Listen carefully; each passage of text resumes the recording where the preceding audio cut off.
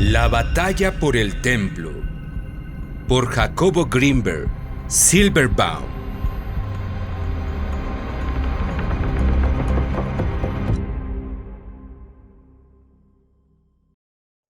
Hoy te presento el capítulo número 10, Pachita.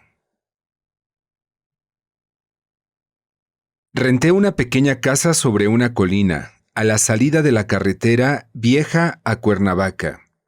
Desde allí veía las luces de la Ciudad de México y recordaba el campo de luciérnagas de John. No podía dormir bien, no descansaba y detectaba una negatividad terrible en todos. Nadie se entendía. Lo que era claro y cotidiano en Tepoztlán, aquí se juzgaba esotérico y loco. En la universidad comencé a hacer experimentos. Me colocaba a mí mismo unos electrodos de registro y trataba de controlar mi actividad cerebral. Pronto tuve alumnos y comenzamos a estudiar los correlativos electrofisiológicos de la experiencia del tiempo. Extrañaba mucho a Pea. Fui a visitarla y la convencí de vivir conmigo de nuevo. Alquilamos una casa en Coyoacán y la decoramos a nuestro gusto. Después de 2 semanas deliciosas, comenzaron las peleas. En la universidad impartía un curso sobre creatividad y los alumnos comenzaron a visitarnos en casa. Pea se subía a su cuarto y me reprochaba el atender más a ellos que a ella. De nuevo me sentí desesperado y busqué ayuda psicoanalítica. Iba a consulta 3 veces a la semana, pero no podía verbalizar lo que me acontecía. El psicoanalista insistía que debía continuar mi relación con Pea, mientras que yo le pedía que me ayudara a independizarme de ella. Al mismo tiempo, aprendí a meditar en el centro Maharishi de Ciudad de México. En la azotea de la casa adorné el cuarto de servicio con motivos orientales y coloqué sobre su techo una pirámide gigantesca. Meditaba todas las tardes durante horas, dejándome ir sin control ni medida. Mi mente, durante la meditación, era completamente distinta a la que se manifestaba fuera de ella. Descubría zonas de maravilloso misterio que se me escapaban apenas abría los ojos. Por más que intentaba, no lograba recordar lo que había visto, pero tenía la impresión de que existía un mundo paralelo al que me introducía, mucho más significativo y potente que el de la vigilia cotidiana. Sentía que era en ese mundo paralelo, en donde se tomaban las decisiones, que después se materializaban en este. También comencé a escudriñar el silencio. Nada hacía falta allí y nada existía, pero simultáneamente había todo. Le daba gracias a Maharishi. Colgué un retrato suyo en una de las paredes.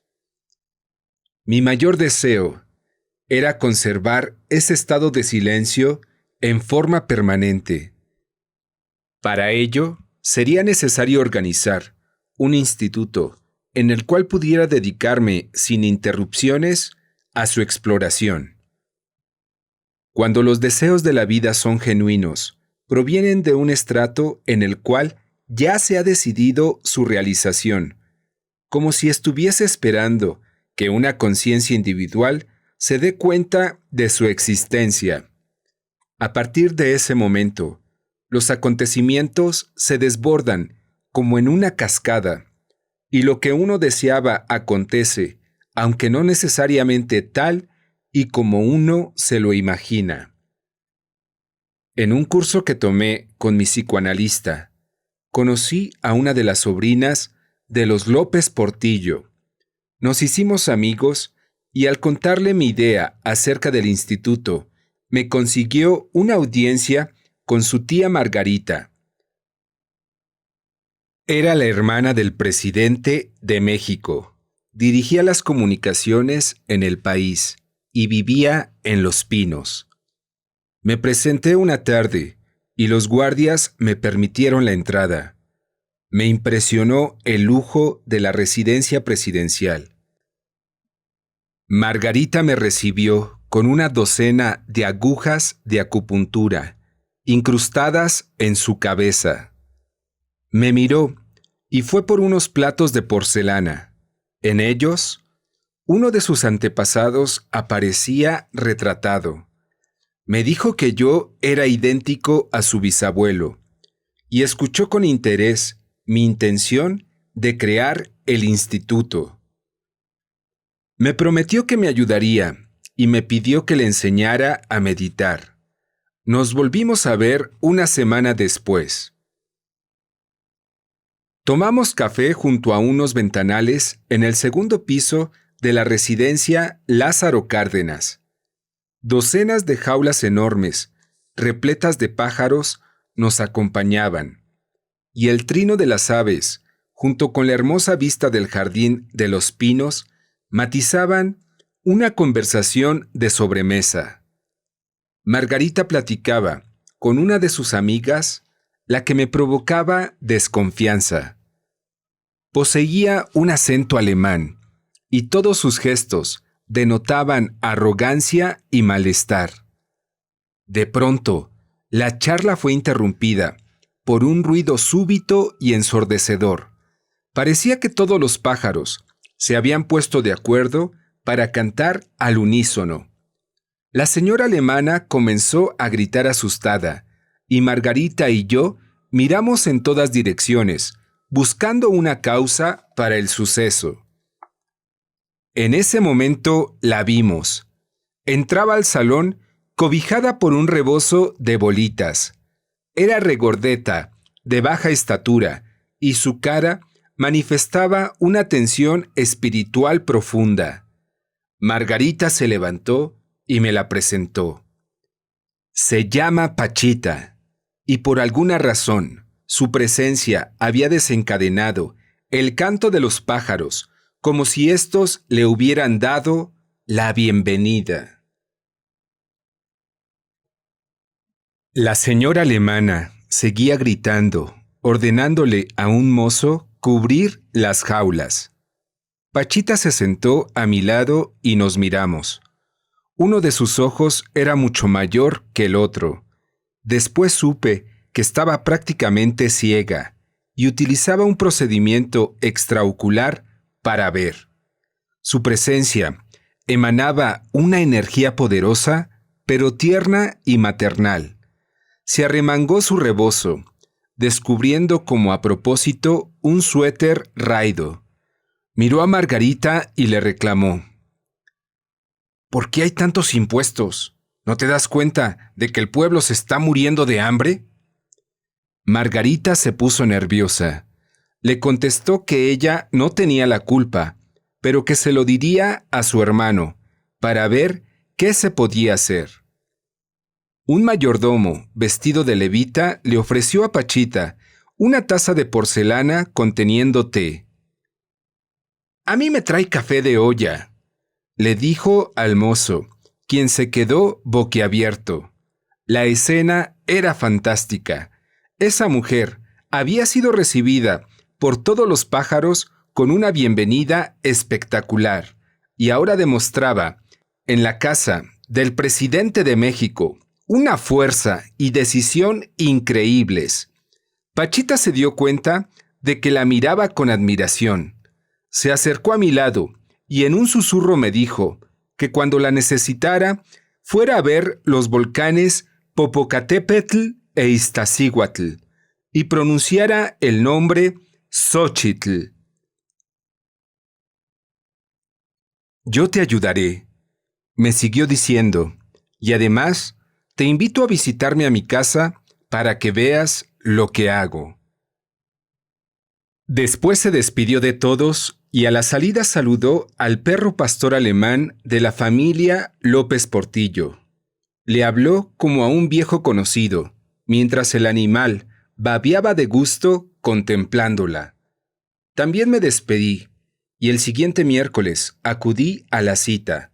Reconocí la casa por las señas que Pachita me había dado. En la calle, haciendo fila, habían docenas de personas. Algunos esperaban en sillas de ruedas, otros en camillas o apoyados en familiares y amigos. En la esquina estaba estacionada una ambulancia.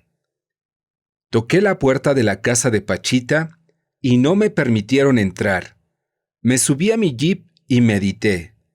En el momento preciso, en el que me sentí en el silencio, dentro de una coloración azulosa, me llamaron. ¿Qué dice el hermanito que pases? Me sorprendió la denominación y la sincronía. Penetré a un garage repleto de enfermos. Una niña en silla de ruedas me llamó la atención. La habían descerebrado por un exceso de anestesia que un médico descuidado le había proporcionado durante una operación en la cual le extraerían las anginas. Parecía un vegetal recostada en una silla sin moverse y totalmente laxa. Me invitaron a pasar a un cuarto maloliente y semioscuro. Unos cuerpos envueltos en sábanas reposaban en el piso, mientras que en la esquina derecha del aposento se hallaba Pachita sentada frente a una cama rústica. Me presenté con un «En nombre del Padre, yo te saludo», que alguien me había ordenado pronunciar cuando penetré al cuarto. Pachita me contestó con una frase similar, pronunciada con una dignidad aristocrática y en un tono de voz masculino. Me invitaron a pararme al lado de Leo, un ayudante de Pachita. Entró una mujer a la que Pachita recibió con muestras de gran afecto. La invitó a acostarse sobre la cama y enseguida Leo le limpió su vientre. Pachita levantó un brazo y alguien le ofreció un cuchillo de monte. Leo me ordenó que no me moviera. Pachita tomó el cuchillo y sin inhibiciones lo enterró en el vientre de la mujer. Empezó a brotar sangre. Pachita extendió la herida con el cuchillo, mientras yo luchaba para no gritar. De pronto, pensé que todo era una farsa. El cuchillo era de hule y la sangre salsa de tomate. Como si hubiese escuchado mis pensamientos, Pachita me tomó una mano y la introdujo en el vientre abierto. Estaba caliente y húmedo, y pude palpar los órganos internos de la mujer. Comprendí que aquello era verdadero. Durante un instante me quedé pasmado, pero después me dije que aquello era congruente con mis ideas acerca de la experiencia como resultante de la creación del campo neuronal y su interacción con el espacio. Por otro lado, demostraba la existencia de diversos niveles de la realidad.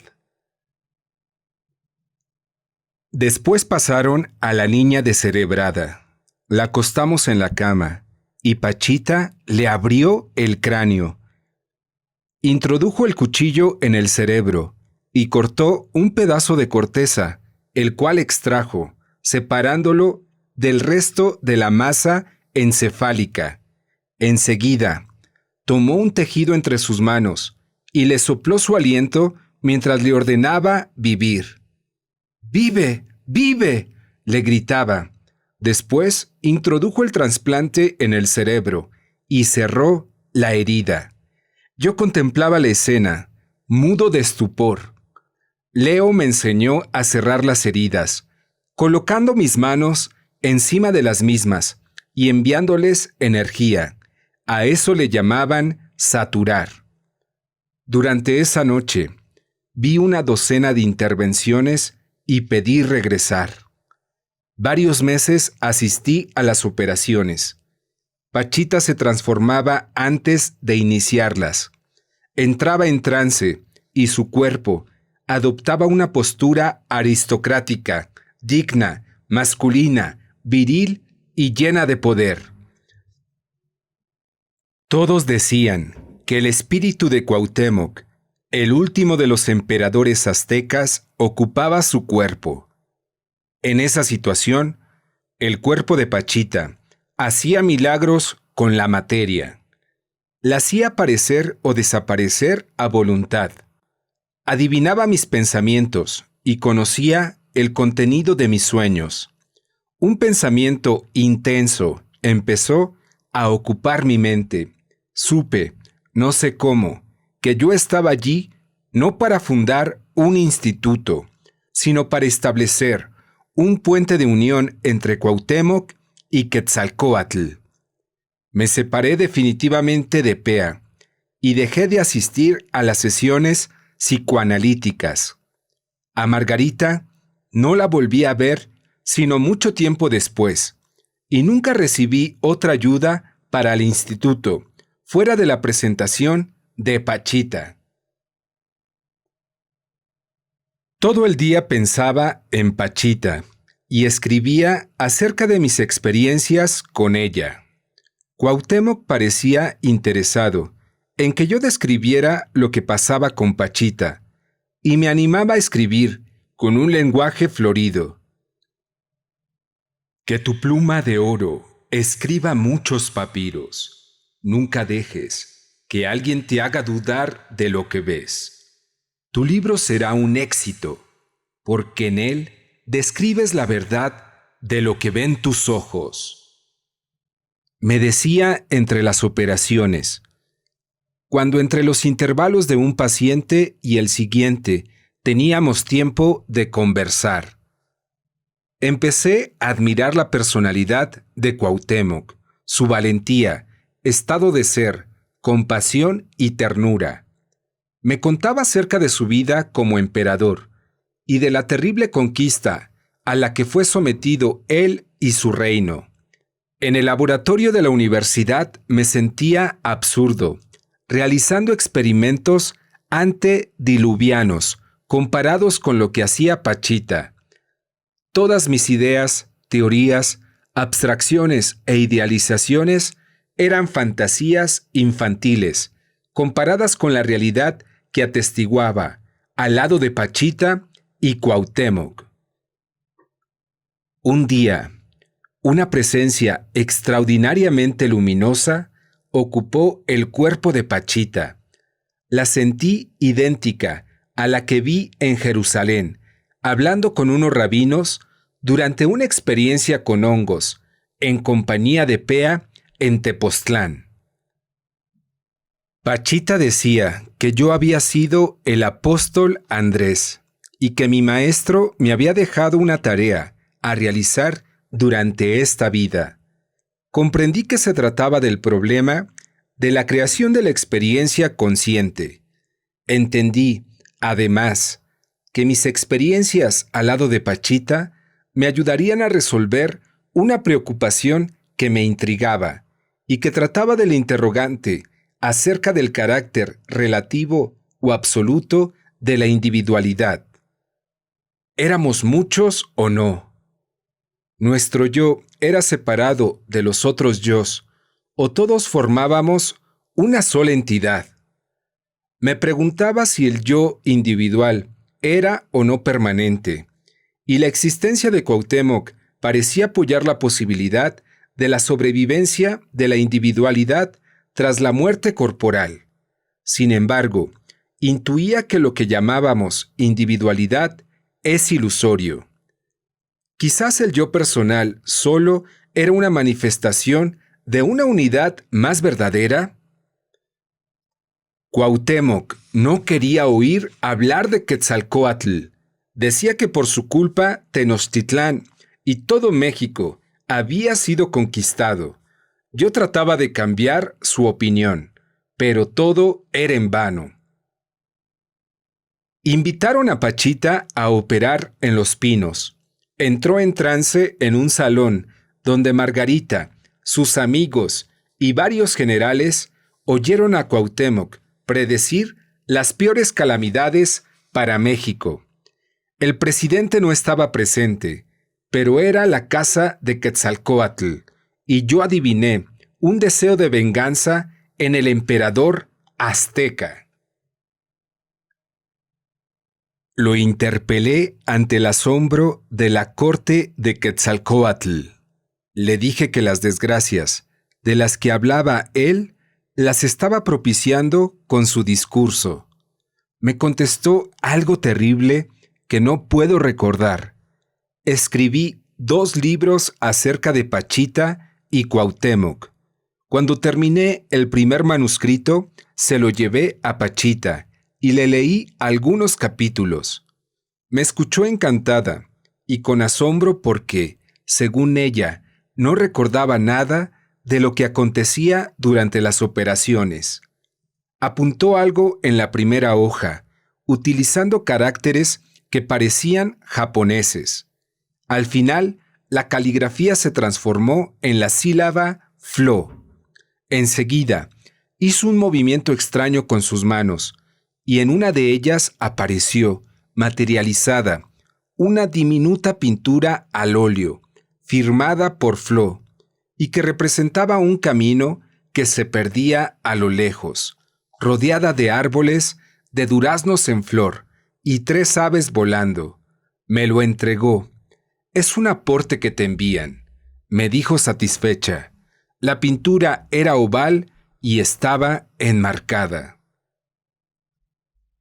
Le dejé el manuscrito para que se lo siguiera leyendo, y la próxima vez que la vi, le pregunté por sus impresiones. Me contestó que ella no había recibido ningún manuscrito. Se lo recordé y me dijo que lo buscaría. 3 días después recibí una llamada de la presidencia solicitando me presentara en el despacho de Margarita. Al entrar, vi sobre su escritorio mi manuscrito. Le reproché el robo y ella se disculpó diciendo que no era culpable, sino que un amigo se lo había traído para que lo leyera. Me pidió que por favor no mencionara que había conocido a Pachita en Los Pinos. Tú sabes, Jacobo, que eso nos traería problemas políticos muy graves. Me lo pidió por nuestra amistad y yo accedí. Una semana después, al entrar al cuarto de las operaciones, me di cuenta de que mi lugar estaba ocupado por otra persona. El hermano Cuauhtémoc me preguntó si había sido muy difícil mi entrevista con Margarita. Le dije que sí. Al terminar las operaciones, Pachita me confesó que la habían estado amenazando desde la presidencia. Le decían que yo ya no podía trabajar más con ella y que si lo hacía, alguno de los dos moriría. Le dije que no hiciera caso de chismes, pero insistió en la seriedad del aviso. Abandoné la casa de Pachita y nunca la volví a ver. En ocasiones pienso que la verdadera razón de que me pidiera irme era que me había sometido ante Margarita.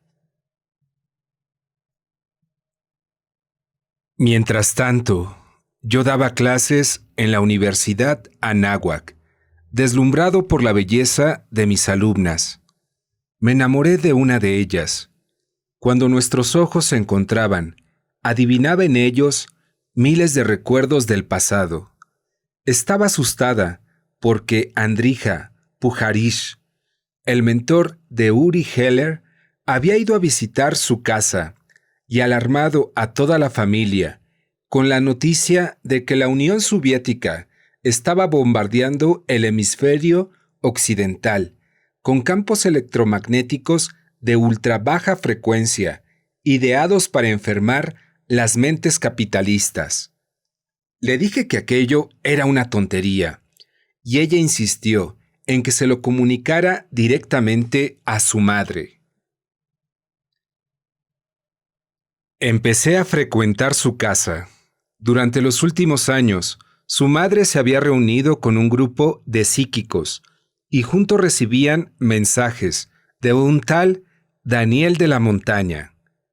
Les dije que Daniel era mi amigo y vivía en Amatlán, el pueblo donde había nacido Quetzalcóatl. Me rogaron traerlo a la Ciudad de México para conocerlo.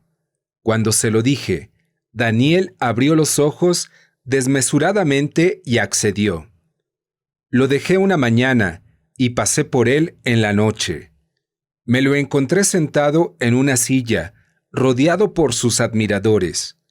Me contó que lo habían tratado como si fuera el Mesías, y no sabía si creérselo o no.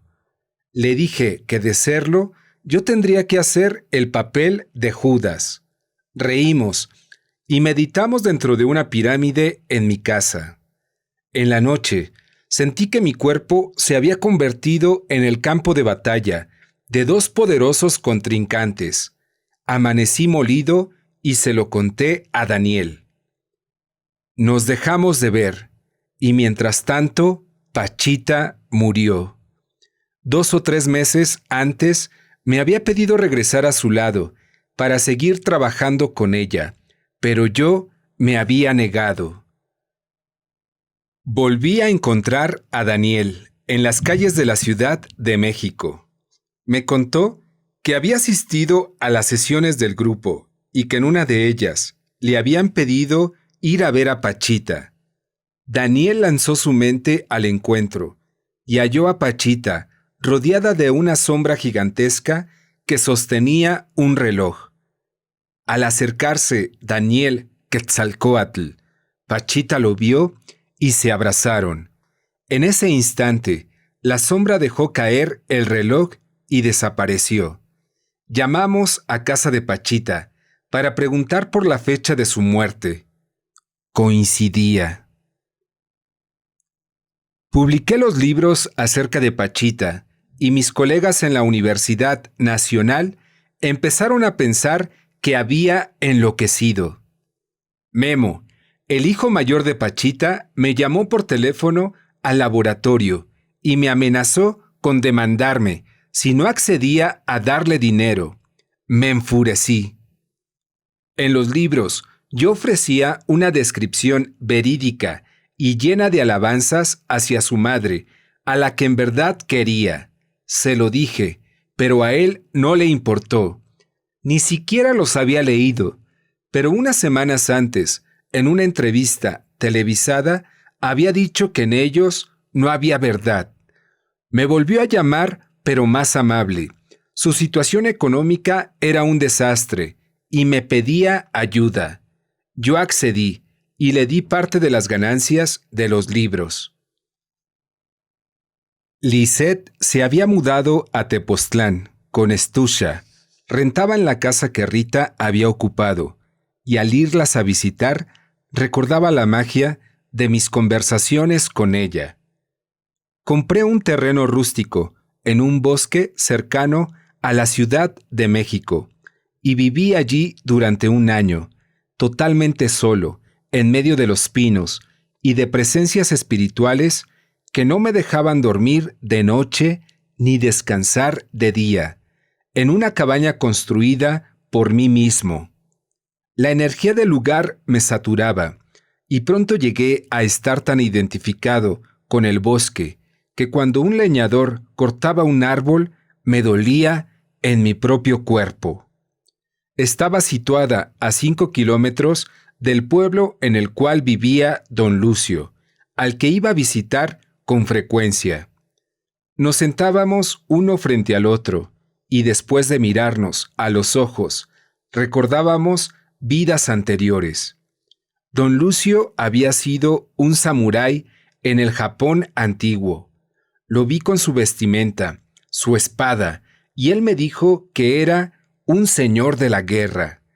A mí me reconoció en Polonia, dueño de una propiedad en la que él había trabajado como jardinero.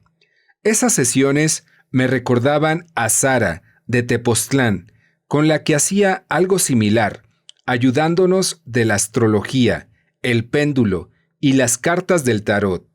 Sara y yo teníamos la intención de recorrer todas nuestras vidas a fin de construir un árbol genealógico, en cuyas ramas pudiéramos situar nuestras reencarnaciones y en el tronco nuestro ser real.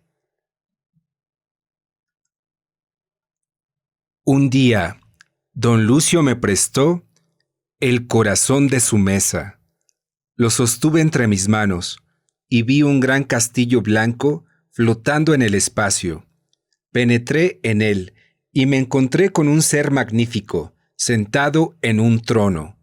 Don Lucio me pedía detalles. ¿Está a la izquierda o a la derecha? ¿De qué color son las columnas? Yo no soportaba ya la energía del bosque, y don Lucio accedió a limpiarlo. Trajo copal y bálsamo, y me dijo que había cientos de espíritus que me consideraban un intruso. Había acabado con todos mis ahorros en la construcción de la cabaña, y para transportarse a ella e ir a dar clases a la universidad, contaba con un pequeño ciclomotor en el que pedaleaba sudoroso por la carretera. Mi vida se volvió un infierno. Nadie me entendía. En la universidad murmuraban acerca de mí y en la cabaña no lograba descansar. Mi abuela paterna murió mientras tanto. Sus últimos años los había pasado en un asilo para ancianos, en el cual únicamente hablaba de dinero y no reconocía a sus propios hijos. Mi padre heredó una fortuna y 2 edificios en la colonia Condesa. Me regaló un departamento y un coche y regresé a la Ciudad de México. Al entrar a mi nueva casa, me di cuenta de que el regalo tenía un precio. Estaba ocupada por toda la energía de los antepasados de mi familia. Luchaba con ellos y trataba de convencerlos de que me dejaran en paz. El teléfono sonaba de repente y en la otra línea una presencia desagradable resollaba mientras yo contestaba. Yo había vivido demasiadas experiencias sobrenaturales y en un arranque de lucidez decidí volverme normal. No vería más a don Lucio y no iría a mi cabaña. En cambio, me dedicaría a dar clases, al laboratorio, a meditar y practicar yoga. Me convertí en vegetariano y me vestía completamente de blanco. Compré un radio de onda corta y al terminar mis meditaciones, oía la BBC de Londres, relacionando mis experiencias internas con los acontecimientos mundiales. Estaba seguro de que mi evolución me había llevado al desarrollo de una sensibilidad extrema y comencé a intentar modificar los acontecimientos que oía en la radio. Cada vez que ocurría una desgracia en alguna parte del mundo, enfocaba mi atención hacia ella y la trataba de resolver. También me di a la tarea de absorber la contaminación de la Ciudad de México. Utilizaba ejercicios de respiración y meditaciones de limpieza interna para lograrlo. Al terminar, salí a la calle y constataba que sobre el edificio en el cual vivía y en varias manzanas a la redonda había desaparecido el smog. Me comuniqué con la Secretaría de Ecología y les ofrecí mi técnica.